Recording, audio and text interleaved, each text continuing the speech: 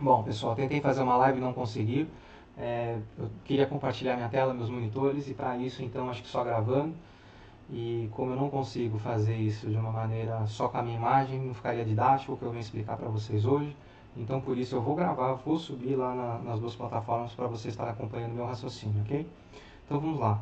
Mercado financeiro é como um filme. Eu vou começar a história do início para vocês poderem entenderem aonde eu quero chegar. A gente teve um mercado aí na madrugada de hoje. Vamos começar pela Ásia. Vamos lá, beleza, maravilha.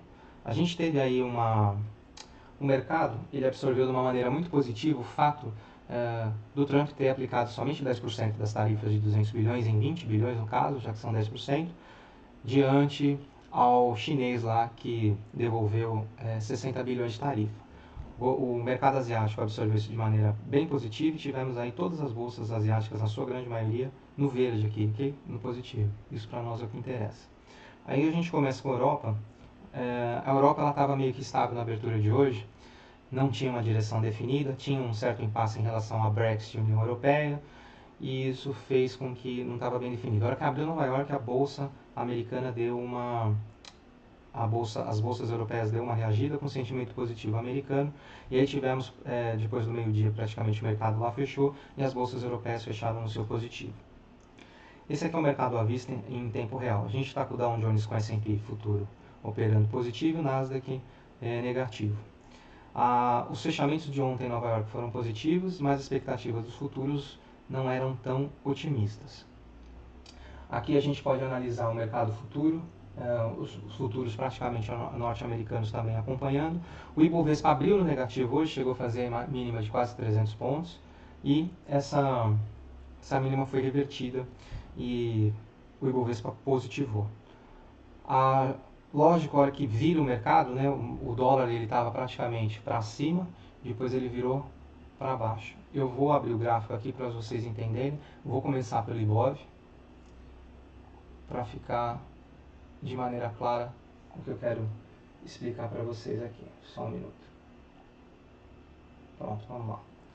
Eu sempre venho falando nos meus panoramas que a região de 74,5 aqui, ela é tão importante, assim como a região de 78 mil pontos aqui, ela é importante. A gente viu o Ibovespa trancado praticamente final de agosto todinho, lateral, né, sem uma direção definida. E aqui temos duas linhas de tendência de baixo, que a primeira foi rompida na segunda-feira, terça e quarta é o dia de hoje. Muito prematuro para a gente comemorar, já perto dos 79, já que temos essa outra linha aqui segurando.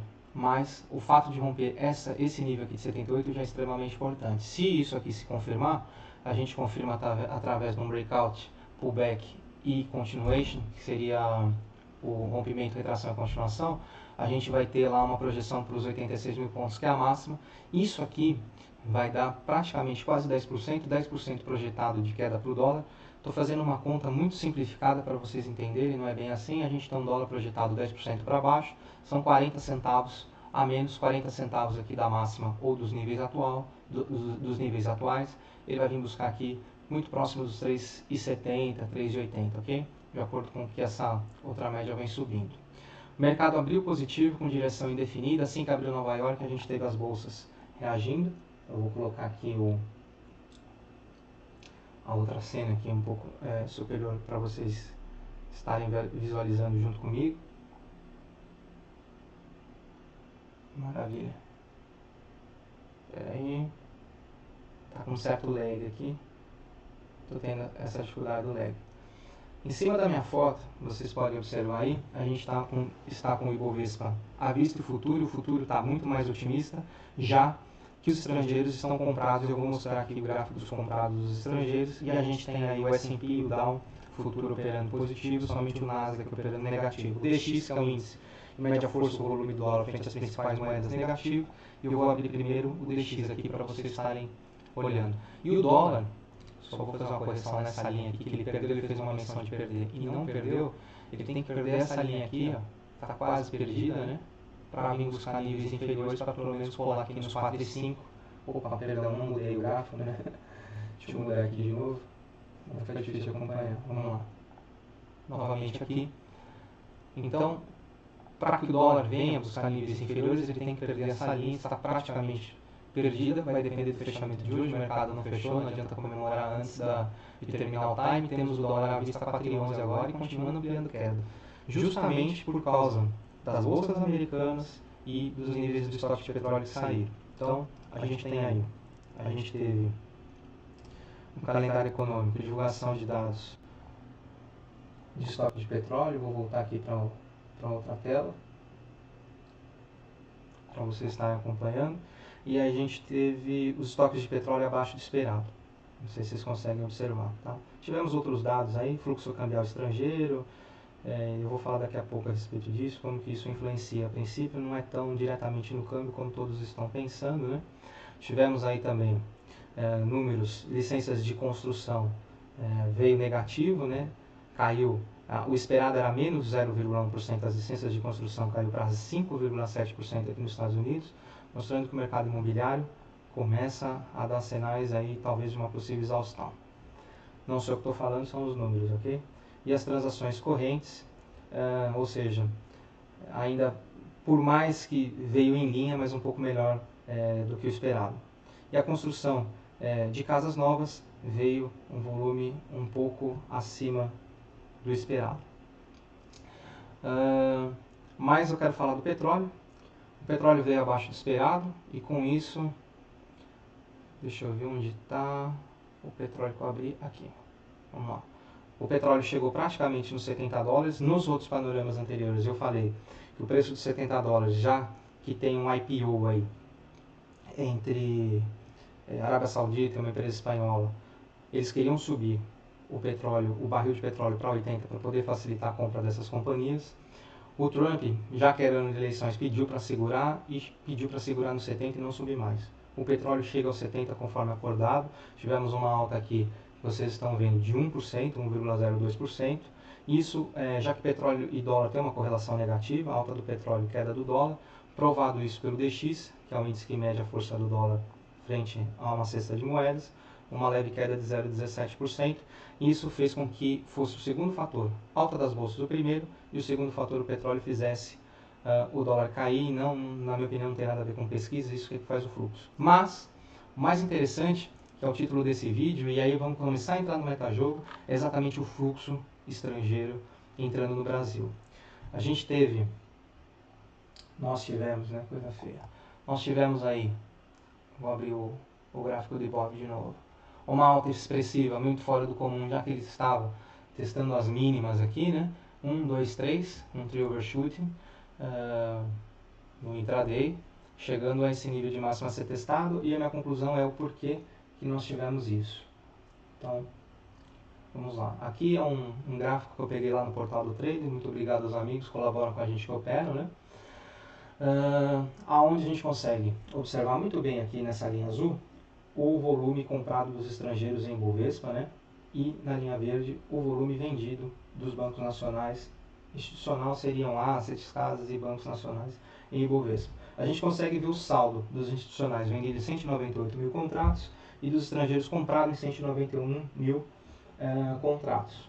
Logicamente, isso aqui é de 2 dias atrás, quando deu a segunda alta foi no dia 17 de setembro, foi quando eu puxei isso daqui. Eu mencionei até no meu Twitter, né, para a gente ficar de olho, que ia ter algum movimento que ia puxar o Bovespa para cima, já que, na minha opinião, os estrangeiros mandam no mercado. Inclusive, por gentileza, me sigam lá no Twitter, tá? O nome é Fabiano Trader, o link é @trader_Fabiano, onde eu posto em real time lá, fechamento de mercado, abertura, por que caiu, por que subiu. Aqui eu falo do ponto de virada dos emergentes segundo a Bloomberg, né? Que aqui eles estimam que um DX lateral e aqui a moeda dos emergentes crescendo pode ser um ponto de virada, onde o pior já passou. Faço publicações do Banco Central do Brasil, projeções, ponho meu panorama diário, para quem ainda não conhece. Eu faço um podcast, um áudio de 10 minutos diário, onde eu faço todos os dias esse panorama. Por gentileza, sigam aqui, tanto na página Saxo Investment, www.saxoinvestment.com, vocês vão poder acompanhar, mas mais pelo Twitter, porque eu achei que a disseminação assim é muito grande, ok? Então aqui eu falo de várias coisas bacanas e legais, né? E sobre principalmente os motivadores da alta, da baixa do dólar, da bolsa e as perspectivas para o período. Então, falando do metajogo, a gente teve aí, nós tivemos os estrangeiros praticamente tomando tudo que vinham pela frente em Ibovespa, e isso fez, a gente pode olhar pelo gráfico aí, que fez o Ibov dar uma disparada e testar um nível importante. Se continuar alta, provavelmente a gente perde esse nível. E isso é uma coisa que eu, em vez de ficar ligado nesse negócio de cenário eleitoral e ficar ligado somente em pesquisas, isso é uma coisa que eu venho falar. Fluxo, eu sou assim, eu sigo análise técnica e fluxo de ordem, uso os dois para poder operar. Aqui nos Estados Unidos, não existe esse negócio de eu só opero o gráfico, eu só opero o fluxo. Você olha a tela do operador, ela é montada exatamente, opera os dois juntos, tá? Você nunca vai ver uma tela de uma pessoa aqui sem tá com Times and Sales, que é o nosso Times and Trades, e nunca tá com o book, nunca tá com o gráfico. E o gráfico, na maioria das vezes, triple screen, ok? 3 time frames é o que a gente consegue acompanhar. Então aqui a gente consegue analisar que está num ponto importante de rompimento, e o fluxo estrangeiro dos próximos dias vai ser decisivo se vai romper esse nível ou não, se vai continuar essa alta ou não. A gente vê o dólar, que eu mencionei no meu Twitter, a hora que o dólar estava 4,14, que muito provável os estoques de petróleo e alta do petróleo iam ampliar a baixa, né, a queda, e já que temos um suporte aqui dinâmico nos 4,10 com essa linha, provavelmente esse é o nível que ele tende a buscar nos próximos dias. O intuito do vídeo é exatamente divulgar um pouco sobre esse metajogo, né? E agora a coisa mais interessante que essa cereja do bolo, eu fui lá e não percam, que eu vou ter para falar agora. Eu vou chamar de arbitragem para que as pessoas que sejam novatas ou não tenham esse conhecimento entendam o conceito, tá? Não é previamente uma arbitragem, então eu peço para o pessoal que é mais técnico não ficar com papagaiada aqui e falar, isso não é arbitragem e tal. Então só para vocês entenderem por que está havendo o fluxo estrangeiro entrando no Ibovespa nesses dias. Então vamos lá, vou mostrar para vocês. Vamos pegar aqui a ação de Petrobras no Brasil. Vamos abrir no diário. Ok. Petrobras está sendo negociado a R$ 20,38 nesse momento no Ibovespa. E vamos pegar aqui PBR, que são os papéis de Petrobras negociados em Nova York.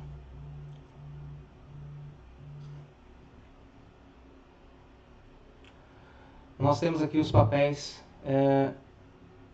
em Nova York sendo negociado a 11 dólares e 39 nesse presente momento. Vamos pegar aqui também Bradesco.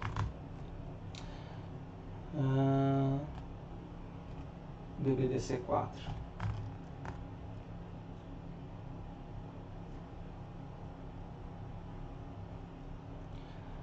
Sendo negociado no Brasil em R$ 29,00. E Bradesco Nova York, BBD, sendo negociado em 7,50. Vocês conseguem perceber que existe uma grande diferença de preço, onde os preços no Brasil, pela defasagem cambial, começam a ser mais atrativos e mais baratos do que os preços no Brasil. Com isso, os americanos, obviamente, muito mais, por exemplo, enquanto a gente tem uma Petrobras aqui a mais de 12 dólares, né, 11,40, seria essa cotação 11,40, ou seja, nós temos uma Petrobras a R$ 44,00 num câmbio de 4, a Petrobras no Brasil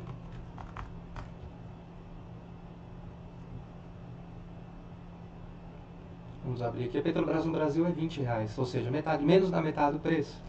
E por isso que eu falo arbitragem, porque não é bem uma arbitragem, mas só para dar um exemplo, caso alguém queira procurar no Google e saber o que é a mesma coisa do que comprar nota de 100 dólares por 50 dólares. E é isso que o gringo está começando a olhar. Então tem Petrobras, tem Bradesco, existem vários papéis que devido à defasagem cambial, o câmbio, está muito mais barato no Brasil. Aí eu volto naquele slide anterior do fluxo estrangeiro e pergunto para vocês, quem que vocês acham que vai levar o Ibovespa? Os estrangeiros ou os institucionais? Exatamente por isso. Vamos lá. Deixa eu trocar aqui. Exato. Então, se vocês olharem aqui, eu acredito que os estrangeiros vão acabar comprando o Ibovespa.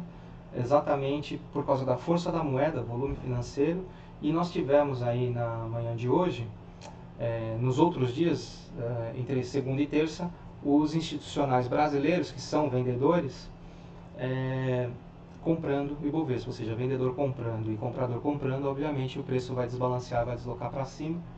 Esse é a grande sacada aí que eu quero passar para vocês e do vídeo. Agora, se eu sou operador e estou olhando isso, você imagina, não sei se às vezes muitas mesas acabam não observando esse tipo, mas eu tenho certeza que quem está nos Estados Unidos aqui está olhando isso.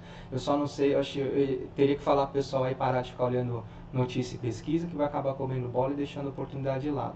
Outra coisa muito interessante que eu vim chamar a atenção, aqui ó, do peso mexicano para baixo, nós temos as moedas emergentes. E vocês podem olhar que o dólar está se desvalorizando em relação a todas as emergentes na minha tela. Peso mexicano, lira turca, coroa Suécia, o yuan chinês, rubro russo, a moeda indiana, a moeda sul-africana e até o peso argentino está levando hoje abaixo dos 40 pesos um dólar. Então, o que eu queria mostrar para vocês é exatamente isso. As ações do Brasil ficam quase que metade do preço, 1/3 do preço, metade do preço, não importa. Esse balanceamento eu peguei os mais claros para vocês verem, mas podem ser analisados em todos. Tem papéis que não vai ter essa barganha, vai ter papel que aqui vai estar ou mais caro ou preço igual, são somente alguns, não são todos. Mas eu queria chamar a atenção exatamente para isso, para parar de ficar olhando alguns veículos, essas porcarias de research aí no Brasil, que a grande maioria acho que só presta 1 ou 2, né?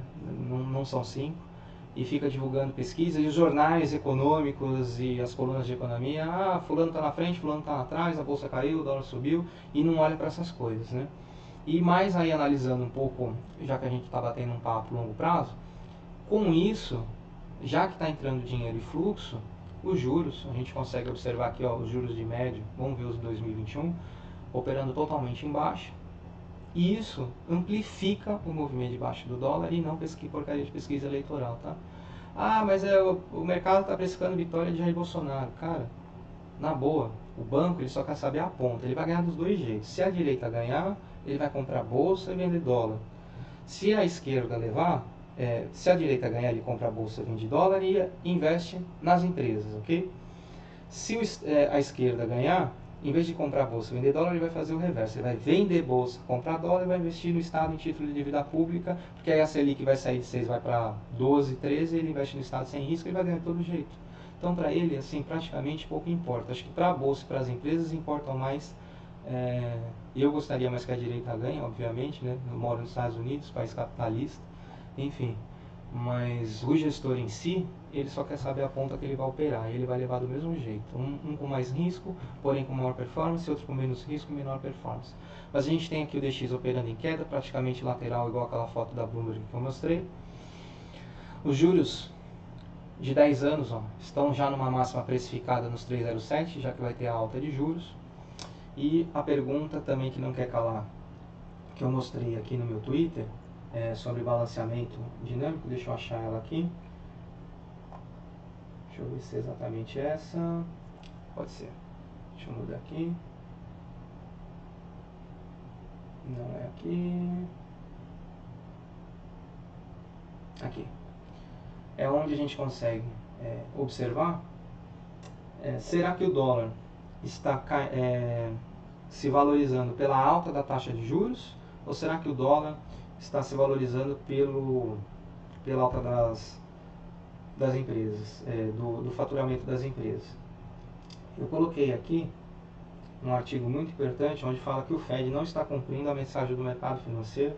Entra lá no meu site www.saxinvestment e dê uma lida. Hoje à noite eu vou fazer uma palestra lá no Recomendo USA. Sugiro vocês entrarem lá no Facebook e na página do Recomendo. Vou ver se eu consigo transmitir em live direto da página da Sax.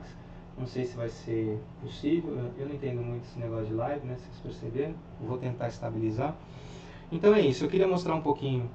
Não fica ligado em cenário político. Não opera notícia baseado. Não fica enviesado por causa de notícia. Quem manda é o fluxo, tá? Não fica com uma escola só. Ela não é o suficiente. Usa as duas. Usa análise técnica e gráfica mais o fluxo de ordem. Né? Não precisa ter nenhum preconceito quanto a relação a isso. Tem um overview do mercado, faça um filme manhã, tarde e noite, vê como ele continua a história para você tomar suas decisões. À noite, o tema da palestra é mitos e verdades sobre o mercado financeiro, aquilo que nunca te contaram. Eu vou falar exatamente sobre o lado sell-side da coisa, eu vou falar sobre coisas que vocês vão cair da cadeira, é algo totalmente contra-intuitivo a tudo que provavelmente vocês já ouviram, que já te contaram, aquelas histórias bonitas, né? Olha, subiu por isso, caiu por aquilo, isso é bom. Vou falar sobre várias coisas que, no meu ponto de vista, é furado, não vale a pena ir atrás ou acreditar. Existem algumas pessoas que pregam esse mesmo lado do mercado do jeito que eu, sigam se não gostarem de mim por algum motivo, sigam elas, mas fujam desse lado sell-side que só procura empurrar coisas goela abaixo que não faz sentido, e quem faz previsão é meteorologista, a gente que é operador e trader, a gente segue o fluxo e segue o price action, tá?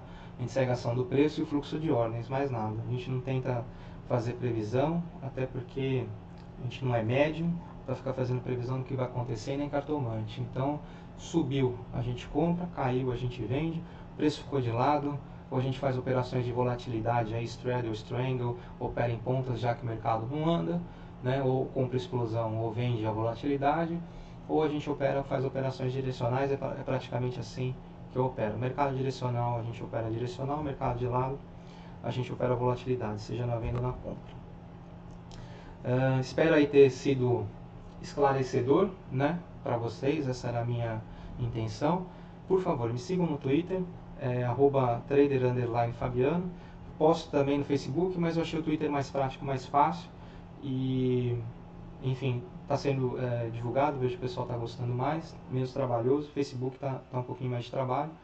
E espero ter contribuído aí um pouco com esse vídeo, que seja esclarecedor e que eu tenha, né, explicado de forma lógica e fundamentada, já que eu particularmente não trabalho com achismo, né?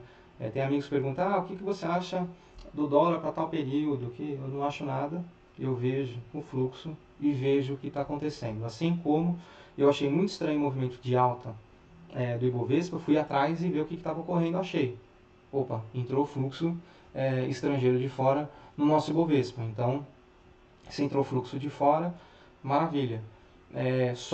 Apesar de ter entrado fluxo de fora comprando, quem moveu o mercado foram os vendedores. Então, é um movimento que, se vendedor está comprando, não dá para confiar tanto. Então, será que é confiável ou não? Procurei mais fundamento e vi que existe uma defasagem dos mesmos papéis, dos mesmos ativos nacionais e internacionais, existe uma defasagem.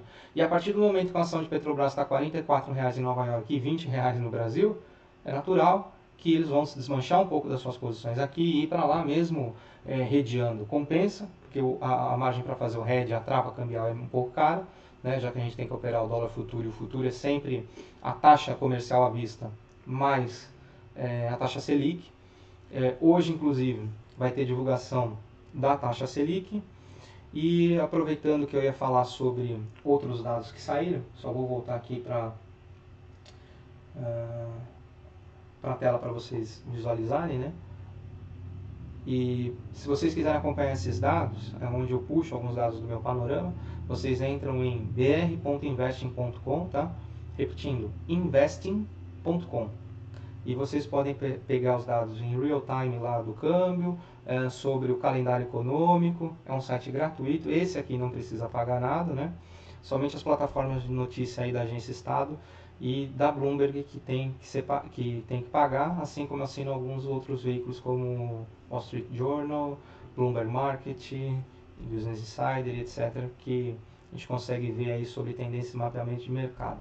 Depois, em outros vídeos, eu vou ir passando algumas dicas aí para não ficar muito extenso, mas uma coisa muito importante, esse fluxo cambial estrangeiro, ele tem e não tem a ver com o câmbio diretamente, ok? O fluxo cambial estrangeiro, ele mostra a quantidade de investimento, não de investimento externo, mas o quanto está entrando de dinheiro dentro do país do ponto de vista de balança comercial, e a balança comercial ela vai influenciar emprego, PIB, inflação, muito mais do que na taxa ali para o dia que a gente está esperando. O que vai influenciar na taxa é o quanto está entrando de papel e quanto está saindo, quanto está entrando de dólares e quanto está saindo.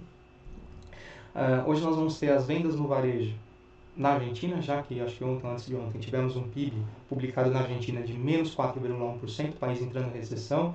Isso às vezes respinga no Brasil, ele é um excelente parceiro comercial brasileiro. Baixo poder de compra, ele deixa de comprar do Brasil, ele deixando de produzir com toda essa crise, a gente não tem produtos e não tem o que comprar deles, ou seja, algo bilateral que acaba atrapalhando. e hoje vamos ter a decisão da taxa de juros Selic. Se vocês puderem